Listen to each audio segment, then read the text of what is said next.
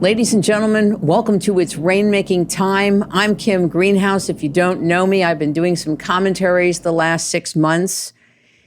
And this, I would say, is probably the most challenging, complex commentary I've ever done, and probably will ever do.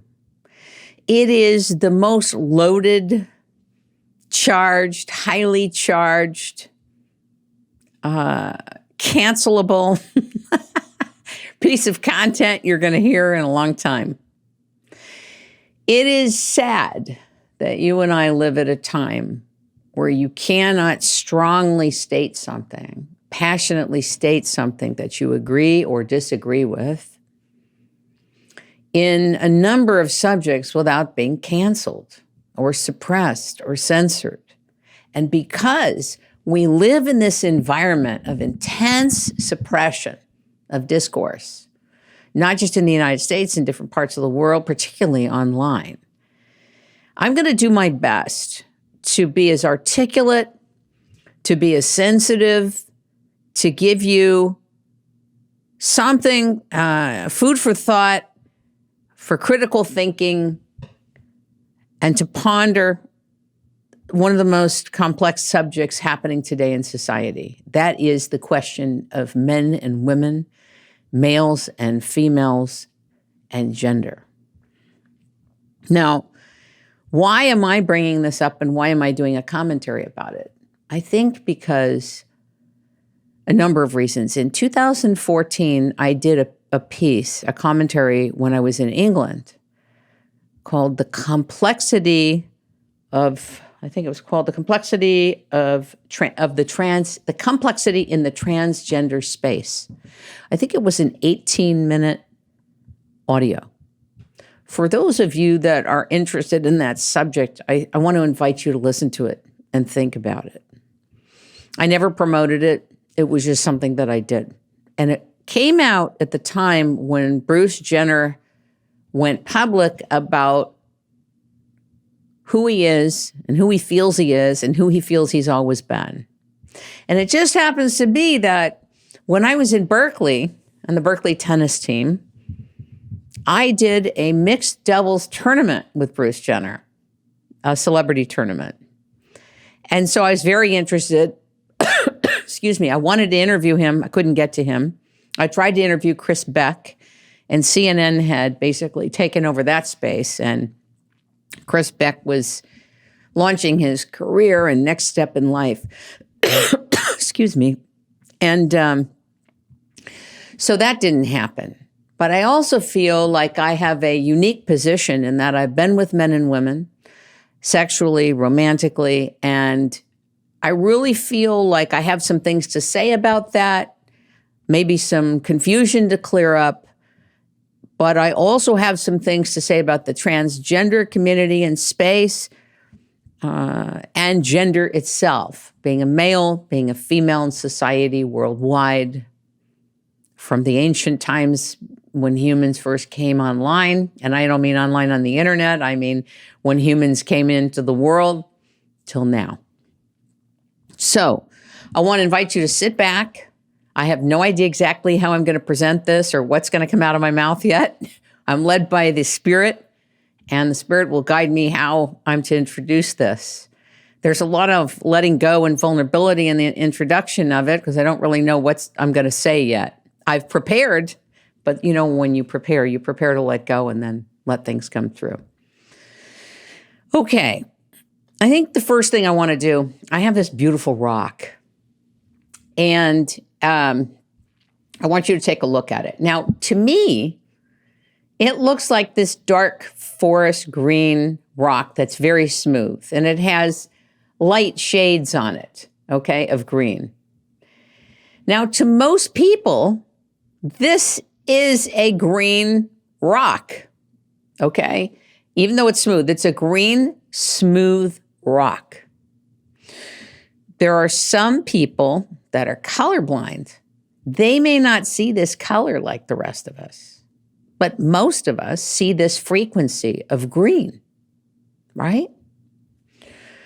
I have another pretty, it's not a rock, it's a crystal, an amethyst. Now, many of us will look at this amethyst and we will see the amethyst. We'll see the crystal. We'll see its articulate points, the lavender and purplish color it is. However, there are people that won't see this. They can't pick up that frequency. They don't see the way the rest of us see. Okay? They're not wrong. They're just colorblind, or they don't see it. They see something else. And I bring this up because most of us, okay, are come into the world, I'd say all of us, through a body. We're not talking about the angels. We're not talking about spirits. Most humans come in through a human body, and that body either has a male structure or a female structure. Now, with that comes a consciousness, comes a something, comes a chi, comes prana, comes a very, very ancient way of being in that body and expressing through that body that makes one male or female. Okay? But even if somebody expresses differently through that body, you still come into your life, we come into our lives through a male or a female structure. And then there's what each society does with that, how they translate that, how they tell stories about that, how they attribute roles to beings that are born into that structure of body, what the expectations are, etc. When I was 16 years old, was it 16? Yeah, 16 years old. And I was in high school. You know what? I may have been 15 or 16. There was a time I was on the tennis team. And for some reason, at that time, there was this new, it wasn't a regulation, it was like a new school policy that women could play, girls can play on the boys' team. The boys couldn't play on the girls' team, but the girls could play on the boys' team if they wanted to. I don't know how this happened, but I remember talking to my mother and I said, what is that about? Why are they doing that? I mean, we never play boys when we play tournaments, ever. I mean, unless you're playing mixed doubles. I did play a lot of mixed doubles, but that's mixed doubles, you know, where boys and girls play together on the same side of the court, you know. And I just remember thinking it was off because the whole psyche, when you're playing sports, you know, there's a psychology and there's a psyche. You're not just playing that person's body, you're playing the mind of that person too. Girls and boys have different bodies. We have different musculature, different structures, and we operate them differently. And with that comes a consciousness, comes subtlety, refinement, social refinement, cultural refinement that is true across the world. Also, what comes in that body is a cellular system, a molecular system, an atomic system, a physics system that's very ancient, a photonic system that's very, very ancient. And no matter what social policies we make today, you cannot change the ancientness of what we each carry in our blood, in our plasma, in our cellular system. We carry it with us. And now I want to talk about males and females.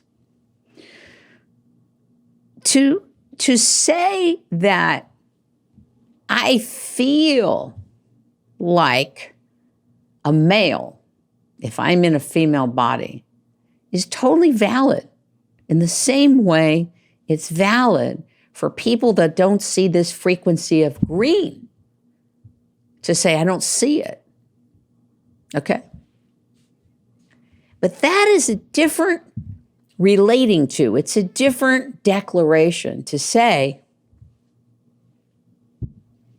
this is white.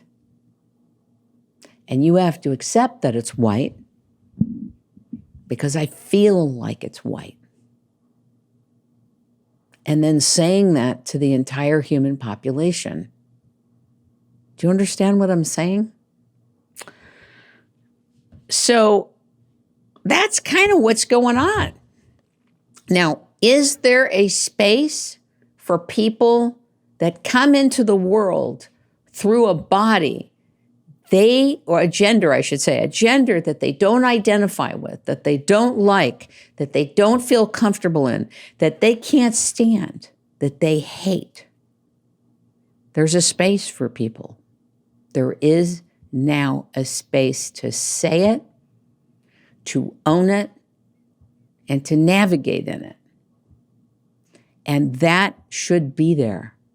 I believe, right or wrong, that people come into their lives from other times and places, like a soul incarnates into a structure, being male or female, coming into a certain structure, and agrees to come into each lifetime or any lifetime with lessons to learn, things to get done, soul growth that there are commitments to, schedules of souls to meet and do things with. Sometimes it's to wrap up things with other souls. Sometimes it's to do things with other souls and live and travel and whatever it is, okay? So when a person comes into their life and they have this kind of experiencing being in their structure and disliking it, detesting it, and feeling miserable about it, I believe that these beings have come in through another incarnation to deal with something very complex, very unusual, okay, and more in a rarity space. It's like they're in a unique tribe, okay? And that tribe should be treated well and understood and received. And they should never, ever, ever be violently attacked or anything like that. However, there also needs to be space for the general population who doesn't relate to it, doesn't understand it, is afraid of it, and doesn't want to associate with it. That's fair. I mean, there are cultures of people other cultures don't want to connect with and don't want to play with and don't want to do business with. It's all the time. It happens all the time. You know, I come from a Jewish family. A lot of Jewish people want to do business with Jewish people. I happen to know people from all over the world, from the Middle East, from England, from Australia, Canada, India. And I know that every culture really likes to do business with their culture. They really do. They prefer it. It's more comfortable for them. From Iran, it just is that way. It's not a bad thing. It's not a I hate these people thing. People want to associate with people they feel comfortable with, they understand, etc. I feel strongly that there's been a deliberate political agenda operating very much in the background to disconnect human beings, males and females, from their male and femaleness. I mean, saying that men can have babies, for example. Women have struggled a long time to be able to, I'm going to speak for myself, to express ourselves, to experience power without it being rejected, to own our power. We've worked very hard over long periods of time to be in the world, to be able to participate in the world. Not exactly like men, not to be men, but to participate and have the opportunities and the access that men do. It's taken a long time. And by the way, not without ramifications socially, and not without collateral damage socially, but nevertheless. So to take away the female experience, and that means women who are in a structure of a woman's body, to take that away and say it doesn't exist. We're not going to call women women. We're not going to call mothers mothers. We're going to take that away and we're going to erase it from all of history and humanity. What is that? What is that? What is that desire to do that? Being a mother is one of the greatest sacrifices, one of the greatest experiences of a woman's lifetime. And organically, women have babies because that's by design what their bodies and their incarnation has given them the opportunity and the pleasure and the delight to do. So to say there's no such thing as a mother because men can have babies too, I want to tap into that for a minute. I am sure through genetic engineering that men can be made to do anything. In the same way, we have made robots, robotic everything. We have made clones. And if you don't think that the cloning program is only at the level of dogs and cats, you don't know what's going on. Science is very advanced, very advanced. And the human race is being remade biologically, chemically, and has been for a long time to disrupt the vital energy, the maleness and the femaleness that makes us who we are, and to disrupt our biology, whether it's chemicals in the water, chemicals and nanoparticles being dropped from the air in geoengineering, glyphosate in the food supply, disrupting the human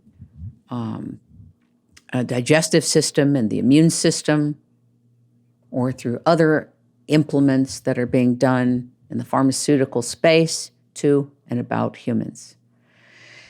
So there is this attack, there is this warfare against being human in a male and or female structure.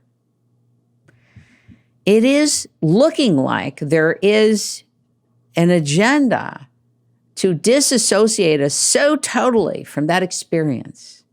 And not just to disassociate us from our own biology, our biology wants and needs, but to reprogram our understanding of togetherness so that it's mostly virtual and that it's not physical and it's not biological. And this makes me very sad as a human being. Very sad as a human being. To the religious people of every religion, I know and I understand where you're at. I get it. For you, this is frightening and terrible. And I'm not religious, I'm spiritual. This is frightening, okay, and terrible, what's going on. But there is a space, and there should be a space, to receive people who identify differently in the same way they identify this color differently. They should be received. That doesn't mean they have to be liked. That doesn't mean they have to be wanted. But to receive them and their struggle and their unhappiness, okay, and their push to want to be structured in society. And they should be structured in society, but not the way and manner in which it's happening.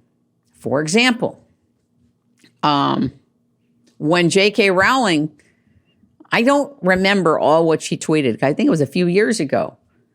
She said that women are women, and that you know what? I don't want to repeat what I think she said, but whatever she said about that, okay, she got doxxed at her house. People were giving out where she lives. I mean, that's how frenetic, chaotic, and violent the response is. It can't be. It will never, the trans population will never be received in society, even if there's a political agenda to do that, to force it, because nothing forced is really received. That's not reception, and receptivity is not by force. They're two different gestalts completely. So I say to the trans community, who has, in a sense, really imposed your experience and your views into and on top of males and females' experience, almost to like disrupt it at a molecular level, like it doesn't exist. It exists. It's ancient. It's very ancient. And it's worldwide. And I want to invite you to just consider that there's another way. There's another way, and that is to honor the fact that you are your own tribe. You're your own culture. You're not even of the culture of gays, lesbians, that. You're not even that. I don't even know what the whole LGBTQ whatever is about, because this is its own tribe. You know? So I want you to consider that maybe you should name your own tribe. You know? You deserve your own name and not to be wedged in with gay and lesbian and this and that. I mean, I don't even know how that happened. Somebody planned that one. Because that's a whole other thing. We'll have a discussion one day, hopefully soon, about gay, lesbian, and bisexual and heterosexuals, because that needs its own conversation. With respect to gender, though, come on.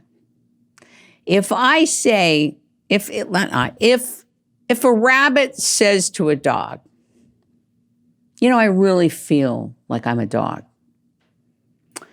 And the dog says, really? And the rabbit says, yeah, I really do. And the dog looks at the rabbit and says, oh, wow. I mean, and the rabbit says, then I am a dog.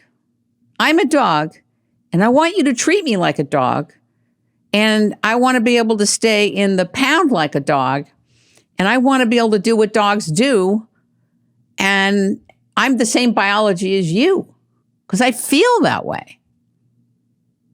Ladies and gentlemen, come on. Come on. What are we talking about here? The feelings are valid. It's when the feelings cross the threshold from I feel to I am. I feel like you, therefore I am. You have to treat me like I am you. Well, I'm an executive for the Rainmaking Company, and I produce and host its Rainmaking Time. And I want you to treat me like I'm President of the United States, because I feel like I'm President of the United States. I want you to treat me. I'm the President of the United States. No election, no nothing. I feel like it. Therefore, you have to treat me like I am. Where is my detail? Where's my security detail? You know, Barbara Streisand is a very complex lady, very complex. I don't know her. I met her once on the tennis court when she was dating Ryan O'Neal, long time ago, at Sammy Match's house. Then I met her with Pancho Segura down in La Costa.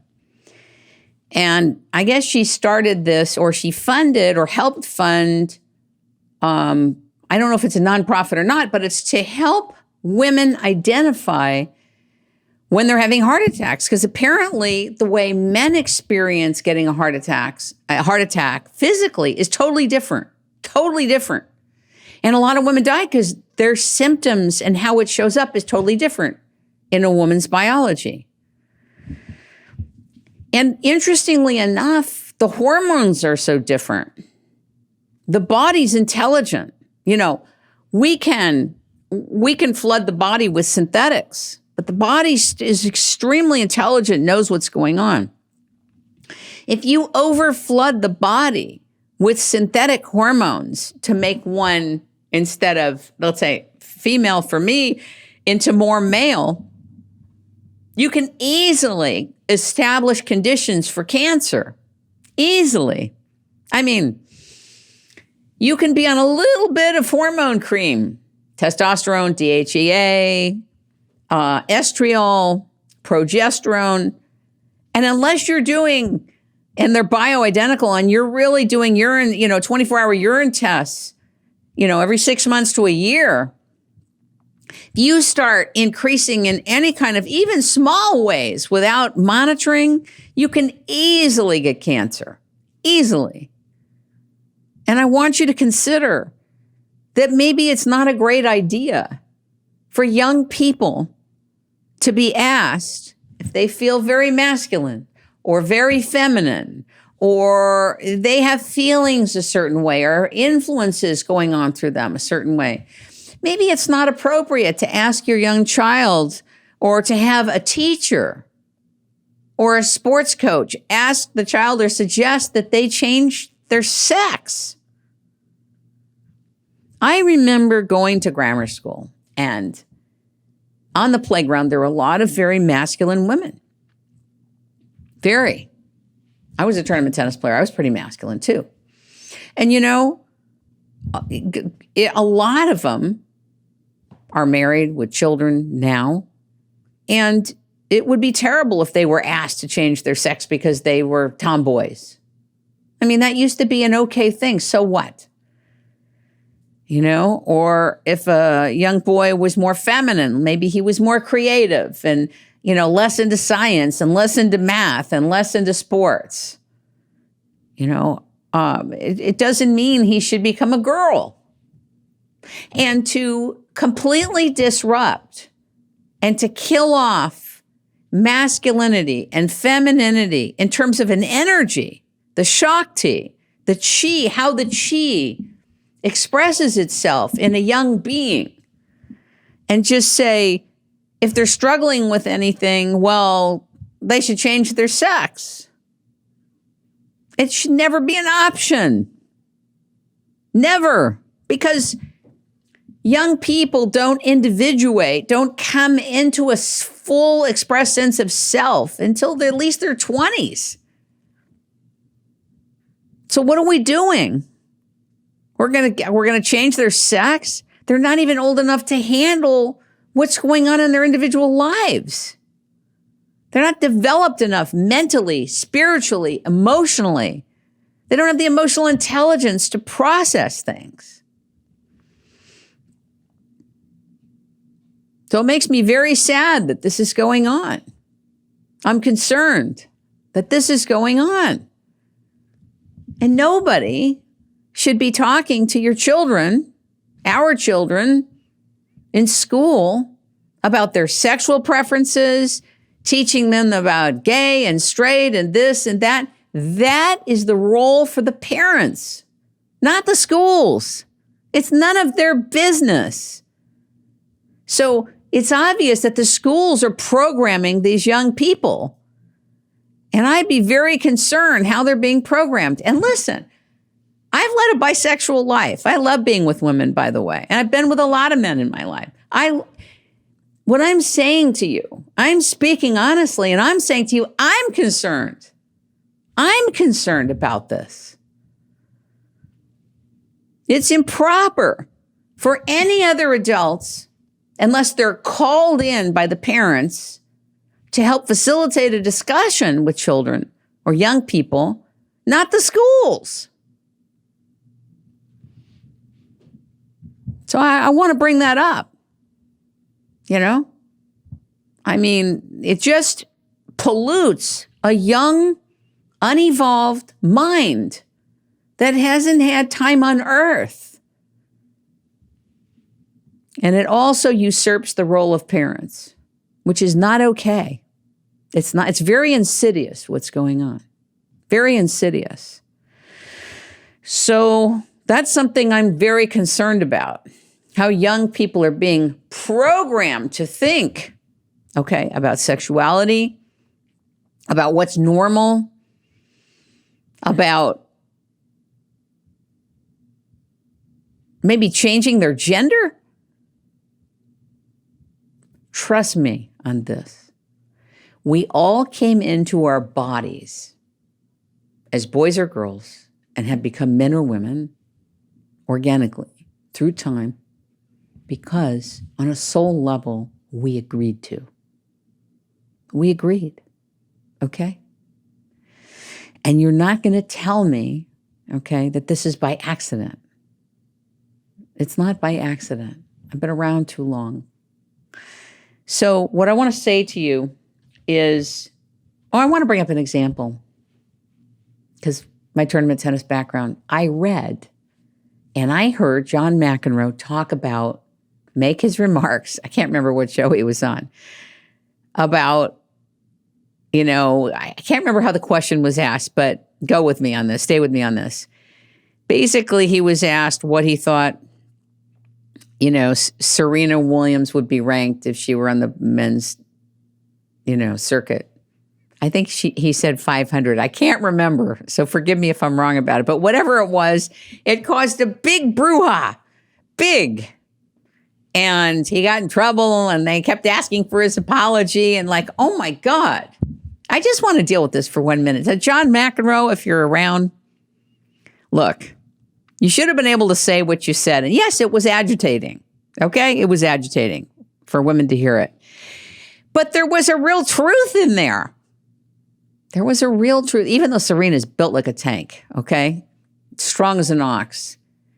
The male body's different. I'm sorry. It just is. And that's the way it's designed. It's designed to be stronger, more muscular, etc. So yeah, was what, John, what you said very aggravating and agitating? Yes. Was it wrong? No. Was it bad? No. Just agitating. We get it. You're basically saying men are better than women. Okay. In some things you are. And in some things we are. Women are masters of seduction. Absolute masters. So much so that most men don't even know when it's happening. So, we're different at different things. I don't think that doesn't matter. It does. I want to say a little something about Anne Heche. I didn't know much about Anne Heche. I just want to bring it up as part of this because she apparently, and I didn't really know this, so I feel bad I didn't know this, and I should have known it, but I didn't. So first I want to apologize to Anne Heche because I didn't know that while you were alive, really what you did in terms of the gay and lesbian community and what you fought for. I didn't get it. I didn't know it. But I'm glad I know it now and I get it now, and you're in the afterlife. So here's one for you, a thank you. And thank you for your sacrifice and your struggle and how you took a stand and how you had to internalize the shame of your position, also being with a public figure, the complexity of that. And I want to say to you a special thank you for a distinction you made that I heard a few weeks ago and sent to my dear friend Mary. When it comes to gays and lesbians, and we'll talk about this in another commentary because it needs its own commentary, and so did the bisexual space. When it comes to gays and lesbians, there is this thing, kind of a belief that, if you're that way, and you're with somebody who has never been there before, that the one who's been there before is influencing somebody who hasn't been there before, who's really not that way. There's like this, how do you say, an undercurrent of belief about that. It's pretty solid, I would say, in the people I've talked to in the community most of my life, even though I'm not involved with the community, but as I've interfaced with the community. And there's this thing that she said, which was, I want to be free to love who I love. I should be free to love who I love. And it doesn't matter what their sex is. And it turns out that that was apparently a major bone of contention between her and Ellen, because Ellen wanted her to identify as being gay and didn't feel comfortable with her in that particular area. Whatever it is, Ellen has her right to feel how she felt and whatever they had to do together. But what I appreciate is that Anne Heche made a very important distinction of wanting to be free to love who she loves. And she was madly in love with Ellen DeGeneres. And their separation more had to do with the interior of their relationship and the lack of compatibility on the interior level of what they were each looking for. And that's fine. I mean, it happens all over the world. But I wanted to say that's a really beautiful thing, to be free to love who you love, express that romantic feeling, express the intimacy, and be in love with whoever you're in love with. I really appreciate that, to Anne Heche in heaven. Thank you so much. That was a major distinction, because it is about love. And no souls come together unless they have history, in my view. They have some history from other times and places. They've loved before, been around the block before. Either they have unfinished business, or they're going at it again, or they're going to do something different this time. Love is love. Love really is love. And togetherness is togetherness. I guess the big struggle right now is, how are we going to all have togetherness if we are not allowed to say how we feel and what we think, and to ponder those things? We have to really open the space for receptivity. We have to open the space for togetherness, even if we vehemently disagree with each other. Like, it's fine. If you disagree with me or you don't like me because of this or that, that's fine. We can still have elegant and beautiful and robust, deep discourse about it. So, in my book, men are men, women are women, boys are boys, girls are girls. And there are those beings that want to shift that and come take their body that they came into their life with and shift it and make a different part of their body and live in a different way than they lived before. And many of the people that do that, the beings that do that, struggle still for the rest of their life. And society won't necessarily receive them, because those beings are from a different frequency. In the same way, they see white in this rock, and the rest of us see green, light green, and forest green. And so there's a place for this tribe. It's just being inserted improperly in society, and it's being pushed and forced on men and women who do identify with their bodies and their social mores and their customs and the way they navigate in that body and show up in the world. So I want to invite you all to think about this, talk about it with your friends, and know I love you and care about you, and I care about this matter that's going on. And I think that you need to call in your power and authority to not allow other people to program your children because they think they have a right to, because they are in school and away from you.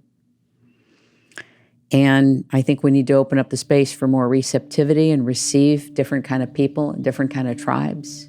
I know I'm a member of a tribe. I don't know what you call it. It's rainmaking to me. It's rainmaking to me. Anyway, it's rainmaking time. God bless. Thank you very much.